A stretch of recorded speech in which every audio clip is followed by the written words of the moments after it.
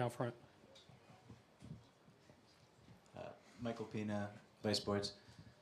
Kyrie, you've been one of the most efficient ISO scorers in the NBA since you were drafted.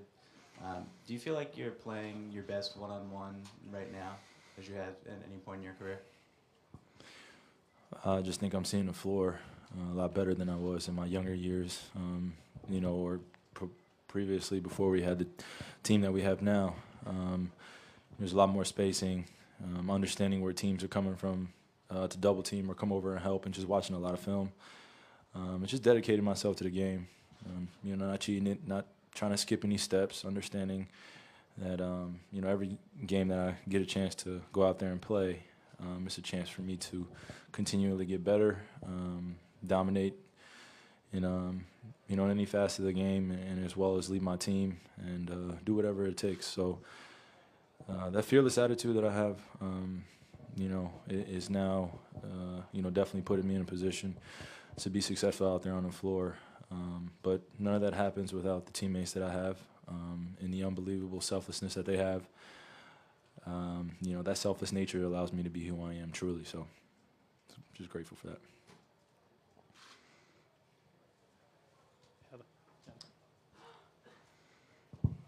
Julian from the Globe. I was just curious, the move that you put on Crowder in the third quarter, the spin into the step back, can you describe how you put that sequence together, and just where does that come from? Man, just constantly watching, you know, a lot of guys that have come before me, you know, being able to create just enough separation to get my shot off, you know, seeing the way the defense is playing me, but more or less just allowing my footwork to be able to make up for my lack of athleticism that I have at the rim, or you know, some of the speed that guys may have on me, or some of the aggressiveness that guys try, and you know, just a lot of dedication, man, a lot of hard work to it. But that sequence is something that I've worked on plenty of times, and you know, I'm glad that the shot went in. The move doesn't mean anything unless the shot goes in. That's one of the things that my dad always told me. You know, you could have a $5 million move, but if you have a 1 cent finish, then, you know, who cares? So the importance is utilizing the moves at the right time, you know, and just seeing the weak side action, and, you know, just having your head on a swivel and just being complete, especially in those situations. Down front. Mike Petralia, WEEI here in Boston. Kyrie, you talked a lot about, after Game 4, about the why that this team has, the purpose that you guys have, and I'm wondering, from the point where you were down 10 points at halftime of Game 10 to any point tonight during the game when you were running away, I was wondering in your mind how all of that changed so quickly. Well, in Game 3, I knew that if we kept it within 10, you know, a surge was going to happen. I wasn't sure when, but I knew that, you know, I had to make the conscious choice to really lead our guys, understanding the situation that we were in, and, you know, just telling, you know, myself before I told the guys about our why, which is trying to make it back to the finals. You know, we cannot come back to Boston 2-2. That's one thing that can't happen for us. We cannot come back here 2-2 and then we're on an even playing field.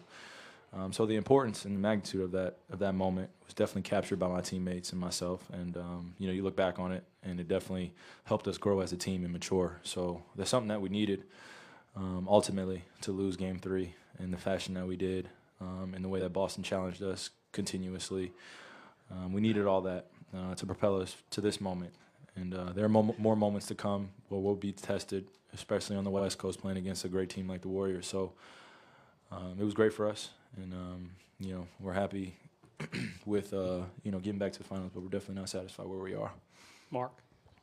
Kyrie, Mark D'Amico, Celtics.com. First and foremost, congratulations on getting back to the finals.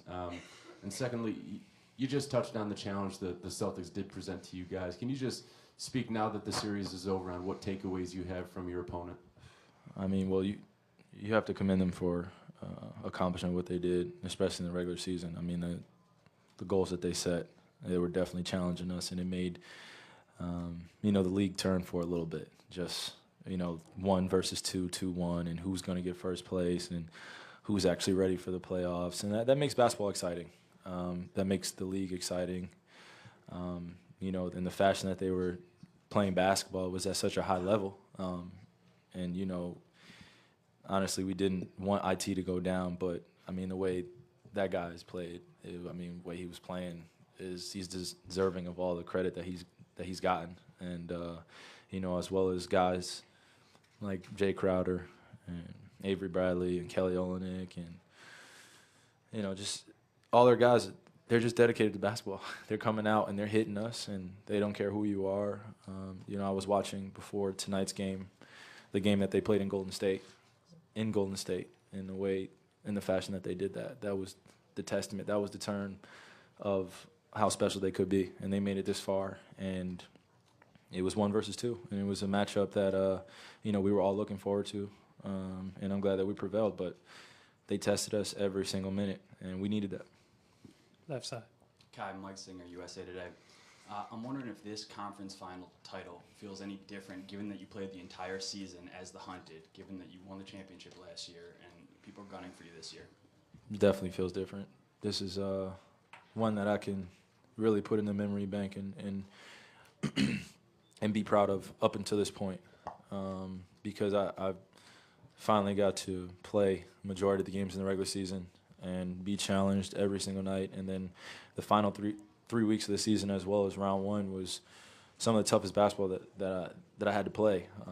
So, you know, it's definitely one for the books for me up to this point. So, Last question here on the right. Jared Weiss, CLNS Media and Celtics blog. Kyrie, do you feel that you and LeBron have kind of reached a level of synergy now that you can't really be stopped anymore? Are you asking about our relationship? Oh, okay.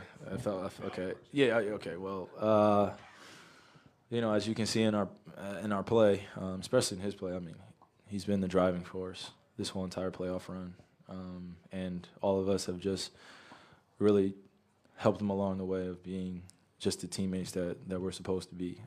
You know, especially when a guy is playing unbelievable like that. I mean, he shot 13 for 18 and had 35 points, and you know, as much you know, criticism as the guy takes, he continues to perform and continues to come back again and again and again.